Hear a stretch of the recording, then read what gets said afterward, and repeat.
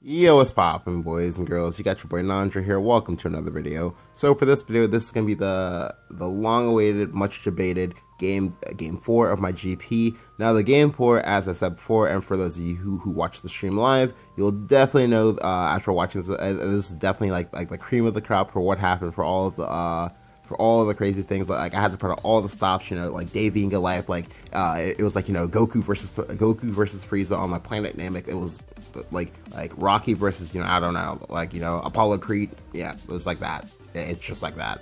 The game was definitely one of my most trying games I've ever played ever. And it's just, I don't know, like I'm still surprised I won that one. I'm just still surprised, just because again I had to everything I knew as a player, it had to come out there. It just had to come out there, and I had to play out of my mind in order to win. But this is definitely one of those games where you can say that skill is definitely a factor in this game. Anyway, so here we'll go ahead and look at the list real quickly. Like I said before in all the other videos, the 3 missing cards are Cerulean Eternity Hunter, Lord Death Skull, and then Spirit Cycle. So we'll go ahead and we'll get right onto the game. But before we do, let me and really quickly cover that the reason why this game was scary is because of the fact that I'm versus Haven for game 4. As you already know from the other videos, you'll know that like most times when I was versus Haven, I usually get rolled somehow, with say BC Balance to BC Balance to Darktron on 6 or whatever, plus maybe said Tea Time or whatever. Ironically enough, I did not die to Surf at all. It was actually just Darktron, Tea Time, and Beastly Val just carrying the show, just bodying me. Yeah, so going into that, I was very, very afraid of that. Additionally, because I had already won 3 games prior, this is the game I need to win in order to secure rank A, or sorry, not rank A, in order to secure Group A. However, if you lose, I find a lot of times for people, if they lose their 4th game, and that's the only game that they've lost so far, you immediately go on to tilt just because there's still pressure because you're on the bubble. You're on the bubble, and if you played it badly, if you played that game 4 badly, that's even worse because you're gonna be super on tilt, and that means that you're usually gonna have to either take a break or risk getting a 3-2 finish in your game from your game 5. Anyway, without further ado, let's go and hop into the game.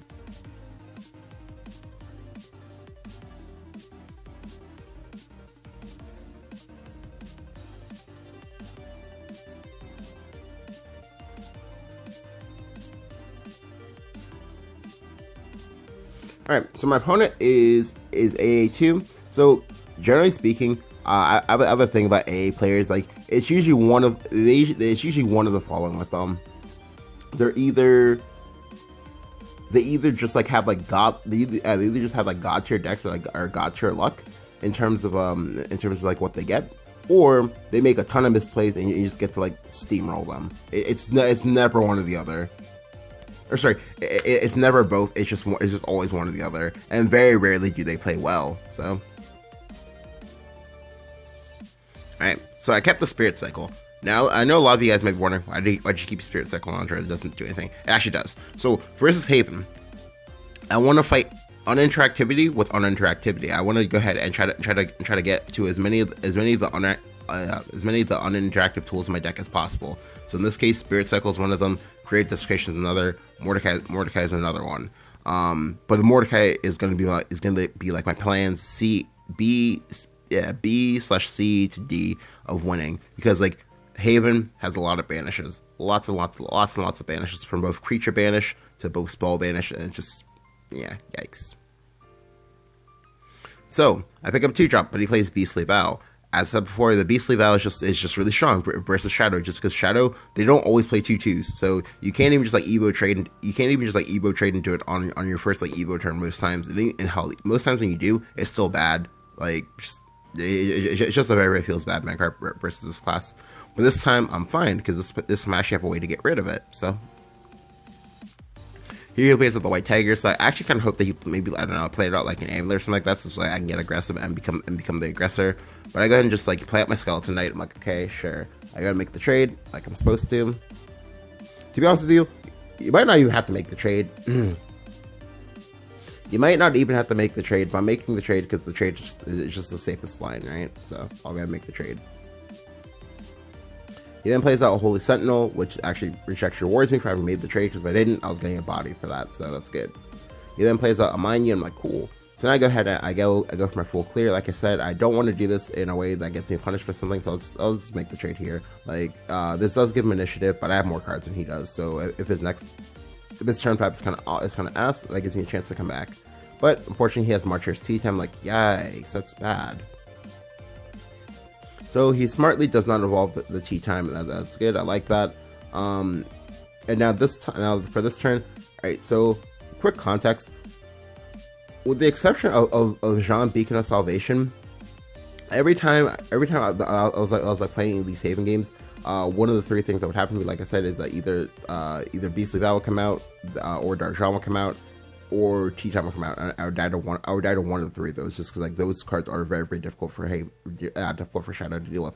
Now this was one such time, because I knew in my heart that if I evolve the Serried one, which is the correct play, to go ahead and evolve the Serried one like that over the Tea Time, that he'll just play Dark Jean or he'll play Cudgel, and I'll lose the game on the spot. So I decided, nope, we're gonna go ahead, we're gonna try to play around it, especially because we picked up the combo of Spirit Cycle plus Undying Resentment, so we can go ahead and just play it like that. Then go ahead and just use that up, and then go face for one. Or not face. To go ahead and clean it up. I'm sorry. But then go ahead and grab a card at the end phase, and now we get to grab 3 cards, which might matter. But here he plays up Monk of Purification, which is again, it's another punishment for me trying to do this play, because like, yeah, but I can't do anything about that. It's just one or the other was going to come out. I just made the line that like played around one of them. So here I go ahead and actually evolve my series. I evolved the series because like right now he can't buy it. Alright, I evolved the series, but I do not trade. The reason why I do not trade is because like if I trade, Jean Beacon of Salvation will come down and it'll fuck me up. Like shit, it'll just knock me out of the stratosphere. If I don't trade, he can't clear this. He might have to use a top tier banish on this, and that gives me a chance to make some plays later. So this is one of those plays they have to make or whatever. Just go ahead and like try to force a lot of resources to guarantee that your 2 Mordecai, which I have in fact drawn, will be able to like come down here and be able to put in some work. My Spirit Cycle triggers again. I get to draw. I heal for 0. That's cool.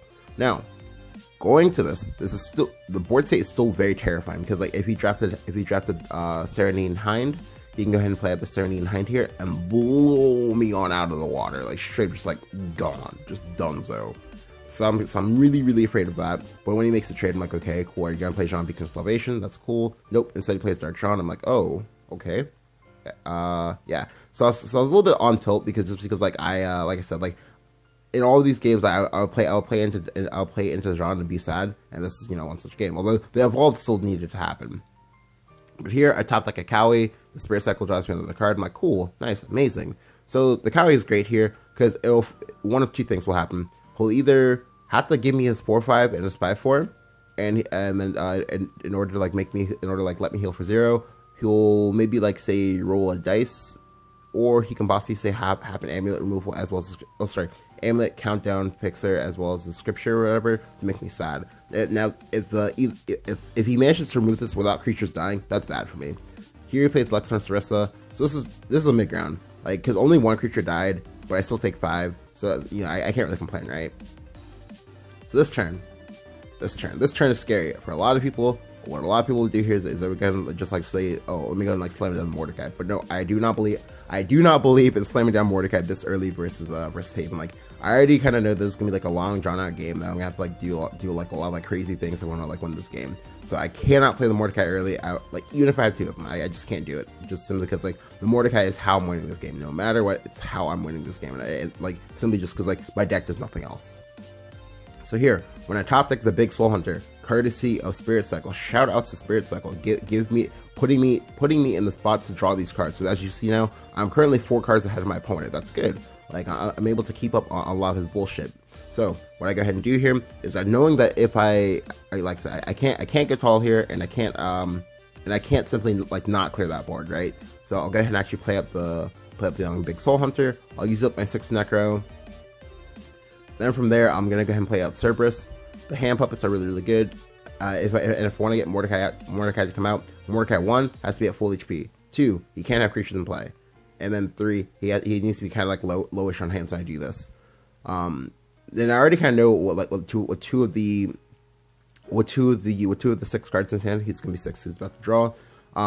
So we're almost there. We're almost at the finish line of what I need to have happen in order for me be able to steer out this Mordecai and be able to win the game from here.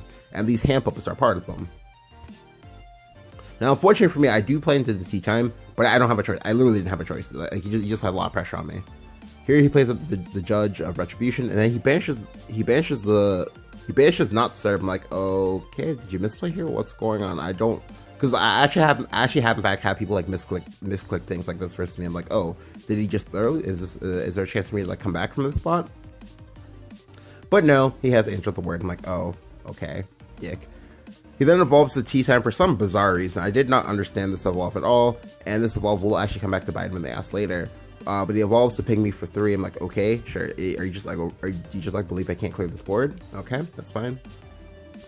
Well, I mean, he's not wrong. He's most certainly not wrong. In order, because I can clear this board, right? I can clear this board, but it's tempo negative. He still has 2 mana cards in his hand, and I cannot let him play any greedy Amos. Like for example, if I give him a space to play either Tarnished Grail or Seraph, I will lose. I will straight up lose because that forces a lot of awkward questions I don't have answers to. So I should go ahead and play out the Immortal Thane. Now, going to this turn and going into next turn, going into next several turns, I'm still believing that, okay, well, he pinged my face not because he's a bad player, but because he's trying to set up lethal. So at the moment, currently, Taurus the Great would come down to kill me next turn if I only remove 2 creatures. So if I only remove 1 creature, so I have to remove 2, which is why the hand pups came into play here, because he has the 2/2 in play. So I'll go ahead and actually evolve my Immortal Thane.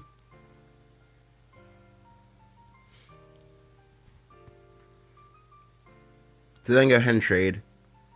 To then go ahead and use up the Mimi. Now, again, like I said, if I wasn't deathly afraid of the Taurus the Great, I would have evolved the white. By evolving the white, you go ahead and you can still make him use up banishes and things like that. But you make it so he has to use a little bit more resources, but that's fine. Because he already used a Judge here, so I'm not expecting a Cudgel or anything. I want to come out. Like, he might have Scripture, but the Scripture's the worst. But here he has Cudgel. I'm like, shit, that's unfortunate. So he gets a banish on this, and he gets a free kill on my white. That's fine, but he might ignore the second white just to go face, because again, like I said, we kind of saw that he was trying to go face and whatnot earlier, right? But here he plays out most of his hand. We still know that he still has 1 more Waters in the back of the hand, and I know that he's gonna go face and ignore this and let 2/2 die for free. That's fine. So again, this is still one of those turns where I need to prevent Taurus the Great lethal, which means I need to remove at least 5 power off this board. Or at least 6 power off this board, because it has to be both the 4/5 and the 2/2 both need to die, or the 4/5 and the 3/5 need to die. So I'm gonna opt to make sure that the 4/5 and the 3/5 die. Sorry, the 4/5 and the 2/2 die, because I need to take aggressive midway lines. Aggressive midway lines, and this is one such line. This line gets me 2 creatures into play. So now for the first time several turns, I actually have more creatures in play than him, and now the 1/1 is actually kind of scary. But here he plays out Noble Fangs, or it's not Noble Fangs. He plays out Red Hot Boots after making the bumps. I was like, how are you gonna kill this? And then I see that, oh, the legend, the god herself, Jeanne d'Arc, the original, comes out. I'm like, shit, that's terrifying. But here, that's fine. I managed to top deck yet again. Cannot say it enough. Shout out to Spirit Cycle, putting me in the spots to win this game. I top decked the Great Desecration. Now, as I said before, we're finally at that check. We're finally at that first check mark. He's used 2 banishes. He's low on cards right now. So not this turn, but next turn, I can get out my Mordecai into play if I go ahead and play Grave Desecration, because I can use a Mummy backed up by Coco to clear off a 4 HP unit. So that's most of the units in his deck, barring Dark Sean. That's good. Even if he plays out say I don't know another 4/6 or something like that, I can still clear that off as well. And but it just means I have to DB, and I just have to go for Odal plus Coco on the Mummy, and then make trades. Additionally, he can't deal with my Grave Desecration. I don't think he's playing Odin. He's safe. Why would you play Odin, right? So he plays Monastic Holy Water into another Monk. I'm like, are you kidding right now? Stop. So he's actually managed to catch up on cards to me, and this is scary because, like I said, when you're able to correct your deck, like I did here, like you see the payoffs, right? You see the payoffs of me be able to do such a thing.